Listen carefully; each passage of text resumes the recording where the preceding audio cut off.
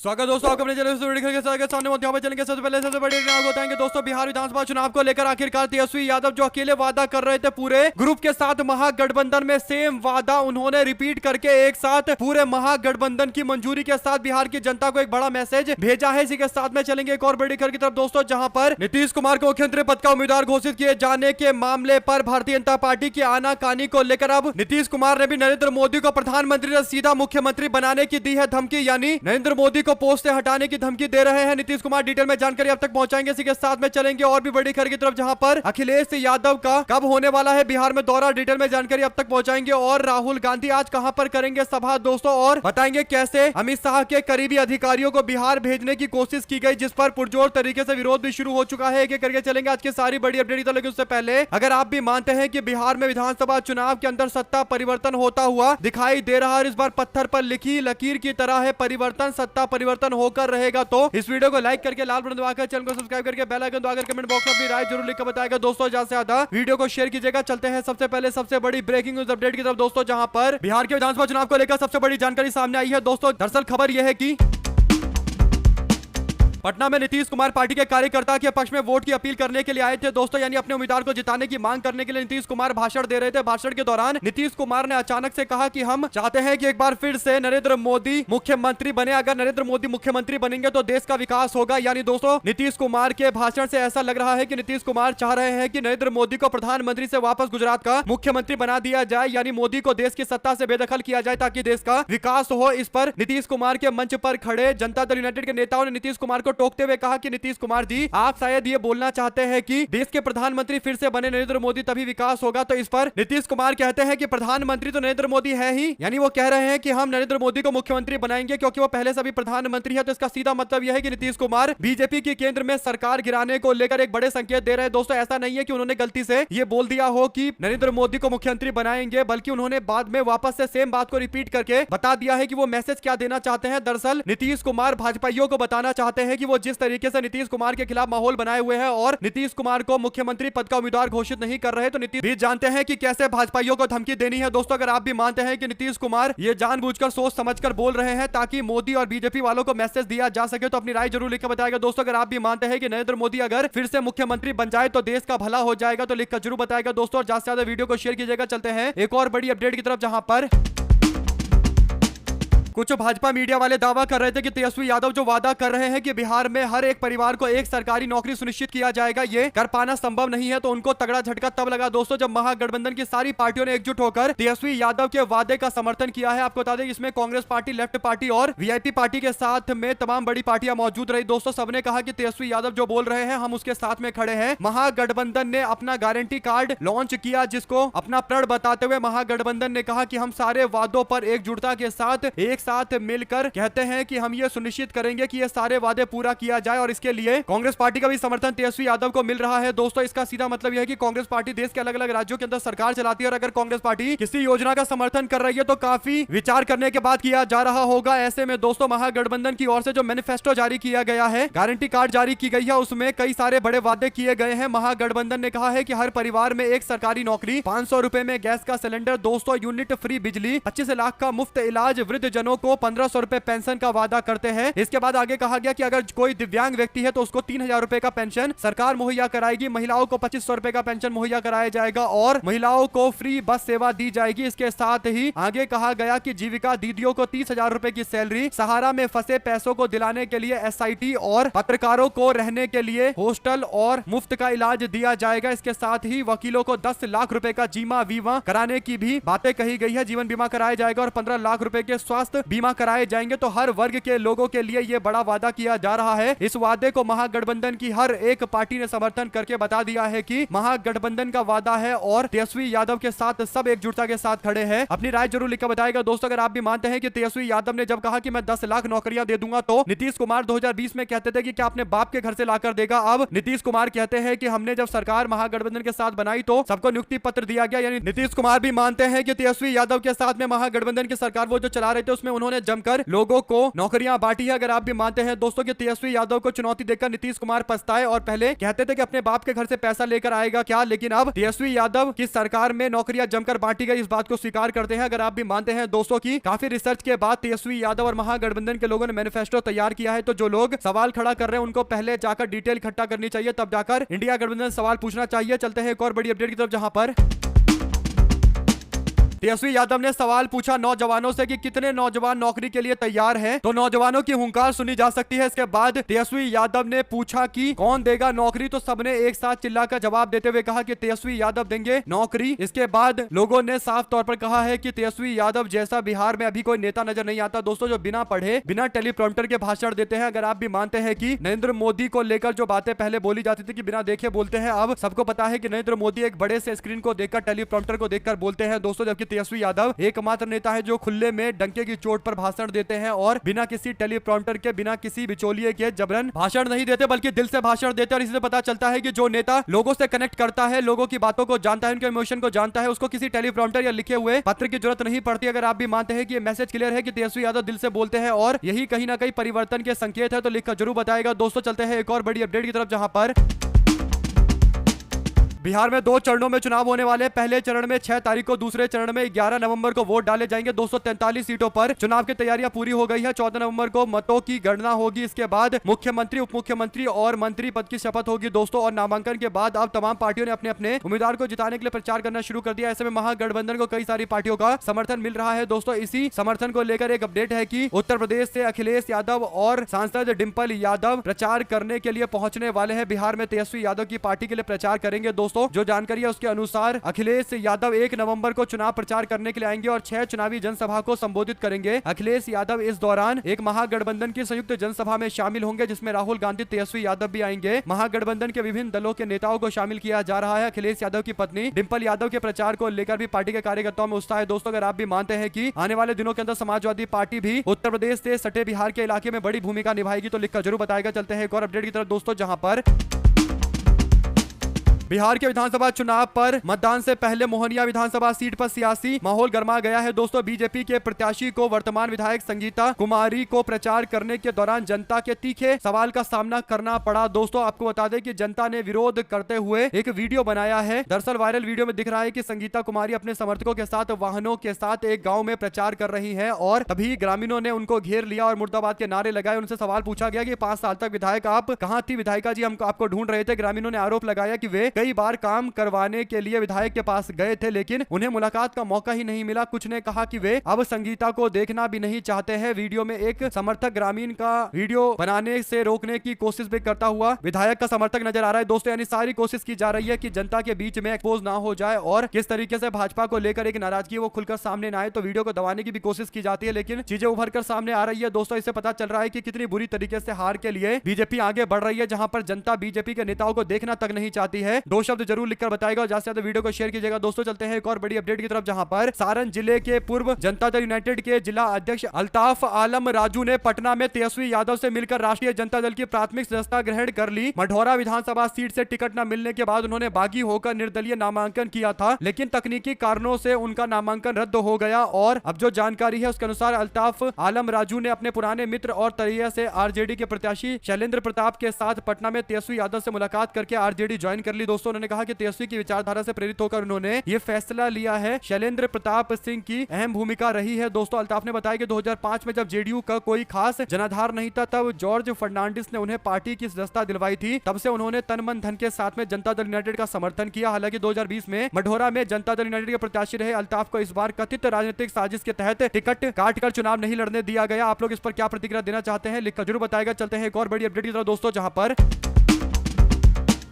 Bahujan Samaj party की राष्ट्रीय अध्यक्ष और पूर्व मुख्यमंत्री मायावती ने भारतीय जनता पार्टी के पूर्व विधायक राघवेंद्र प्रताप सिंह के विवादित बयान पर आपत्ति जताई है दोस्तों। उन्होंने बीजेपी के पूर्व विधायक के मुस्लिम लड़कियों को लेकर दिए गए विवादित बयान पर अति निंदनीय बयान करार देते हुए कहा कि सरकार से यह मांग है कि ऐसे लोगों के खिलाफ सख्त से सख्त कार्रवाई की जानी चाहिए। इन लोगों ने माहौल खराब करके रखा हुआ है। अराजकता सभ्य सरकार के लिए एक बड़ी चुनौती है। बसपा सुप्रीमो मायावती ने सोशल मीडिया के माध्यम से कहा कि भाजपा का एक नेता कहता है कि मुस्लिम लड़की लेकर आओ, नौकरी पाओ, ये ताजा ताजा संकीर्ण एवं घृणित बयान के साथ उत्तर प्रदेश, उत्तराखंड समेत देश के कई अन्य राज्यों में धर्म परिवर्तन, लव जिहाद और ना जाने क्या क्या नफरती नाम देकर ये काम किए जा रहे हैं। इसके विरुद्ध कानून को अपने हाथ में लेकर सांप्रदायिक व जातिवादी द्वेष, वैमनस्य, शांति, अराजकता एवं लोगों के जान माल और मजहब पर खतरा बन जाने के शरारती तत्वों का यह विषैला हिंसात्मक खेल अति निंदनीय है। इसके बाद सरकार से कार्रवाई की मांग करते हुए मायावती जी की ओर से स्पष्ट कहा गया है कि इन तत्वों की वजह से सौहार्द खत्म होता है, खराब होता है। दो शब्द जरूर लिखकर बताएगा दोस्तों। सिद्धार्थनगर के डुमरियागंज से बीजेपी के पूर्व विधायक राघवेंद्र प्रताप सिंह ने एक जनसभा को संबोधित करते हुए विवादित बयान दिया था और मुस्लिम समाज की लड़कियों को लेकर, महिलाओं को लेकर अपने दोयम दर्जे की मानसिकता यानी कुकर्मी मानसिकता दिखाई थी। दोस्तों बीजेपी के नेता ने कहा था कि 2 लड़कियां वह ले गए, तुम मुस्लिमों की 10 लड़कियां लेकर आओ। दो शब्द जरूर लिखकर बताएगा दोस्तों। अगर आप भी मानते हैं कि किसी भी धर्म समुदाय के महिलाओं को लेकर अभद्र भाषा का इस्तेमाल करने वाले हर व्यक्ति के खिलाफ देश के हर एक नागरिक को बोलना चाहिए और सुनिश्चित करना चाहिए कि माता बहनों को लेकर किसी भी प्रकार की कोई अभद्र और अमर्यादित भाषा का इस्तेमाल नहीं होना चाहिए। अगर आप भी मानते हैं कि भाजपा के नेता पर अभी तक कार्रवाई नहीं हुई तो इससे पता चल रहा है कि बीजेपी वाले जानबूझकर मौन समर्थन दे रहे हैं ऐसे नेताओं को, वरना अब तक तो कार्रवाई कर दी गई होती। दोस्तों अगर आप भी मानते हैं कि ये मौन समर्थन के कारण ही बीजेपी वाले खुलकर मुस्लिम समाज के प्रति हिंसात्मक बयान देते रहते हैं। ज्यादा से ज्यादा वीडियो को शेयर कीजिएगा दोस्तों। चलते हैं एक और अपडेट की तरफ, जहां पर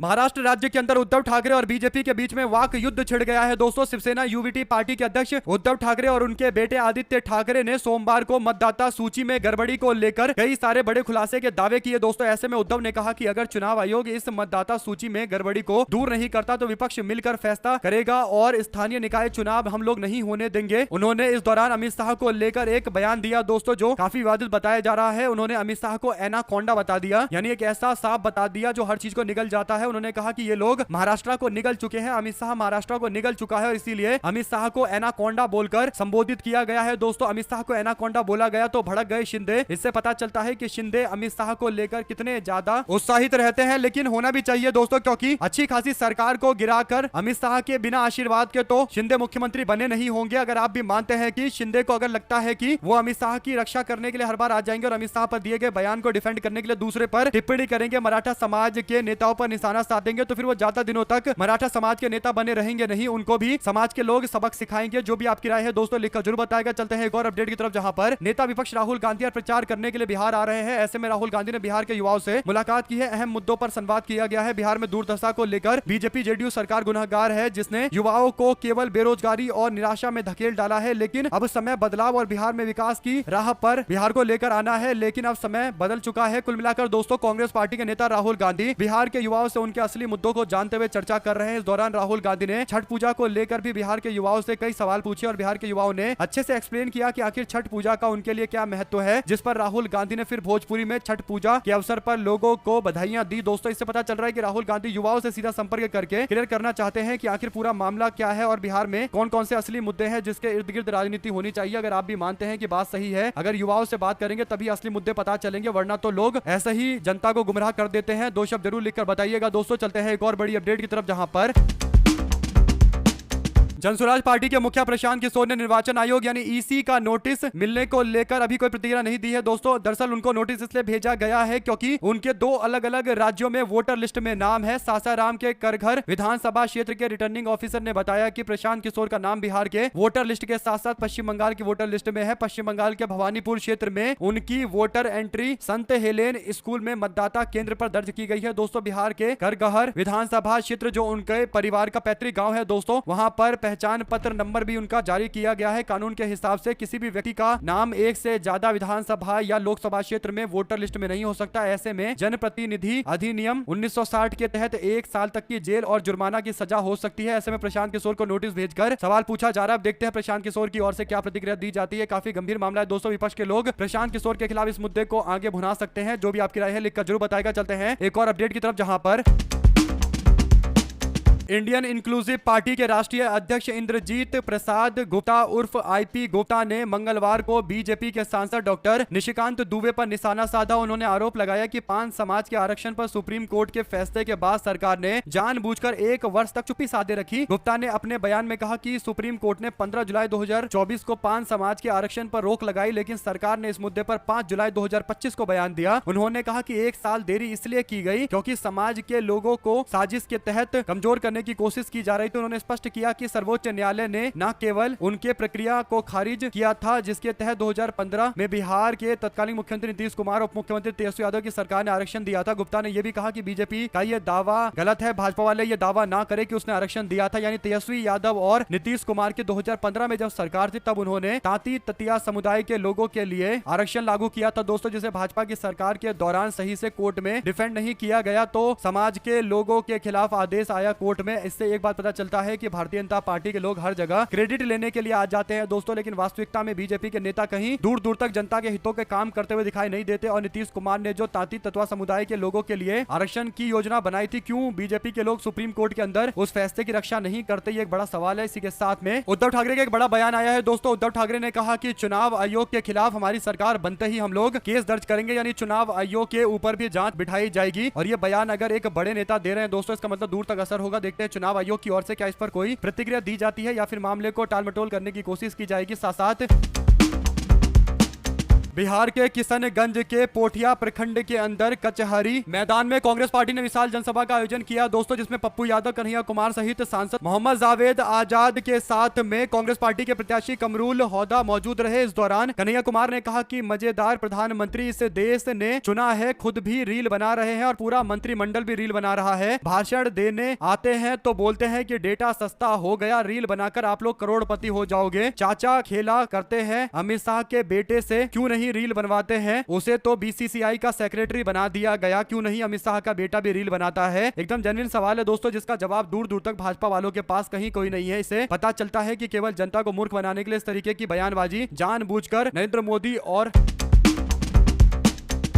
मोदी और बीजेपी के लोग दोस्तों। इसी के साथ में एक और बड़ी अपडेट सामने आई है, जहां पर अखिलेश यादव ने एसआईआर को लेकर पार्टी के कार्यकर्ताओं को पूरी तरीके से सचेत रहने के लिए बोल दिया है दोस्तों। अखिलेश यादव कहते हैं कि समाजवादी साथियों, उत्तर प्रदेश में 28 अक्टूबर 2025 से 4 दिसंबर 2025 के बीच में एसआईआर का काम चलेगा। बीजेपी के वोटर फॉर्म नहीं भी भरेंगे तब भी चुनाव आयोग जबरदस्ती उनका फॉर्म भरवाएगा। दूसरी ओर विपक्ष को सावधान रहने की जरूरत है, क्योंकि आप अगर चूक गए तो नाम डिलीट हो जाएगा। जिनके घर के मुखिया मतलब पिताजी का जन्म 1 जुलाई 1987 से पहले हुआ है, उन्हें 2003 की वोटर लिस्ट में से नाम देना होगा। अगर उस समय किसी लापरवाही के कारण 2003 की वोटर लिस्ट में नाम नहीं है तो उन्हें 11 दस्तावेज में से एक देना पड़ेगा। जो 11 दस्तावेज है वो बर्थ सर्टिफिकेट, पासपोर्ट, जाति प्रमाण पत्र, निवास प्रमाण पत्र, 10th या ग्रेजुएशन की मार्कशीट, परिवार रजिस्टर की नकल और लैंड हाउस अलॉटमेंट सर्टिफिकेट के साथ में 1987 से पहले कोई भी सर्टिफिकेट, LIC, बैंक या अन्य सरकारी नौकरी की पहचान पत्र, वन अधिकार प्रमाण पत्र, NRC में नाम। अभी इस लिस्ट से आधार कार्ड को चुनाव आयोग प्लस बीजेपी ने फिर से बाहर कर दिया है। लेकिन जिस तरह बिहार में इंडिया गठबंधन के आधार को जुड़वाने का काम इंडिया गठबंधन ने करवाया, वैसा ही यूपी में भी हो सकता है और नहीं भी हो सकता है। तो इसके लिए हम सब लोगों को सचेत रहने की जरूरत है। कुल मिलाकर सबसे कहा जा रहा है कि वो सुनिश्चित करे कि ये एसआईआर सही तरीके से किया जाए और जो खासकर वोटर है महागठबंधन के, इंडिया गठबंधन के, उनके नाम ना काटे जाए। इसके लिए एसआईआर पर सबको अलर्ट रहने के लिए बोला गया है। साथ साथ दोस्तों, दिल्ली के नगर निगम के उपचुनाव का ऐलान कर दिया गया है। 12 एमसीडी वार्डों के लिए उपचुनाव की तारीख का ऐलान हो गया है। राज्य चुनाव आयोग ने सोमवार को प्रेस नोट जारी करते हुए बताया कि उपचुनाव के लिए मतदान 30 नवंबर 2025 को रविवार को होगा, जबकि मतगणना 3 दिसंबर 2025 को बुधवार को होगी। अब देखना यह है कि इस चुनाव में आम आदमी पार्टी और बीजेपी के बीच मुकाबला होगा या फिर कांग्रेस पार्टी इस बार जबरदस्त तरीके से बाउंस बैक करेगी, क्योंकि कांग्रेस पार्टी अमूमन दिल्ली में पहले एक मजबूत पार्टी के तौर पर जानी जाती थी दोस्तों। लेकिन आम आदमी पार्टी के आने के बाद से कांग्रेस कमजोर हो गई और अब आम आदमी पार्टी की सत्ता चली गई है, भारतीय जनता पार्टी सत्ता में आ गई है। तो फिर मौका है कि कांग्रेस पार्टी आम आदमी पार्टी में जो उनके वोटर चले गए थे उनको वापस लेकर आया जाए। अब देखना यह होगा कि कैसे ये सारी चीजें होंगी दोस्तों। साथ साथ बिहार विधानसभा चुनाव के लिए महागठबंधन का मैनिफेस्टो लॉन्च हुआ। इस मौके पर महागठबंधन के कई वरिष्ठ नेता मौजूद रहे। तेजस्वी यादव, साथ में डिप्टी सीएम पोस्ट के उम्मीदवार मुकेश सहनी, उनके साथ में लेफ्ट पार्टी के नेता दीपांकर भट्टाचार्य, कांग्रेस पार्टी की ओर से पवन खेड़ा मौजूद रहे दोस्तों। अखिलेश प्रताप सिंह भी मौजूद दिखाई दिए। इसी के साथ में सारे नेताओं को देखकर लग रहा था कि कहीं ना कहीं गठबंधन इस बार एक बड़ी तैयारी के साथ उतरा हुआ है और सारे लोग एकजुट हैं। तो इसका मतलब कोई भी कंफ्यूजन नहीं है महागठबंधन में कि किन मुद्दों पर चुनाव लड़ा जाएगा, उसका आधार क्या होगा। साथ साथ दोस्तों, केंद्र सरकार ने मंगलवार यानी बीते दिन 28 अक्टूबर को 8वें वेतन आयोग के टर्म्स ऑफ रेफरेंस यानी शर्तों को मंजूरी दे दी है। अब कमीशन के गठन के बाद से ये सिफारिशें 18 महीने के अंदर लागू कर दी जाएगी। 1 जनवरी 2026 से नया वेतनमान लागू किया जा सकता है। पुराने ट्रेंड को देखते हुए सिफारिशों को पूरी तरीके से इंप्लीमेंट होने में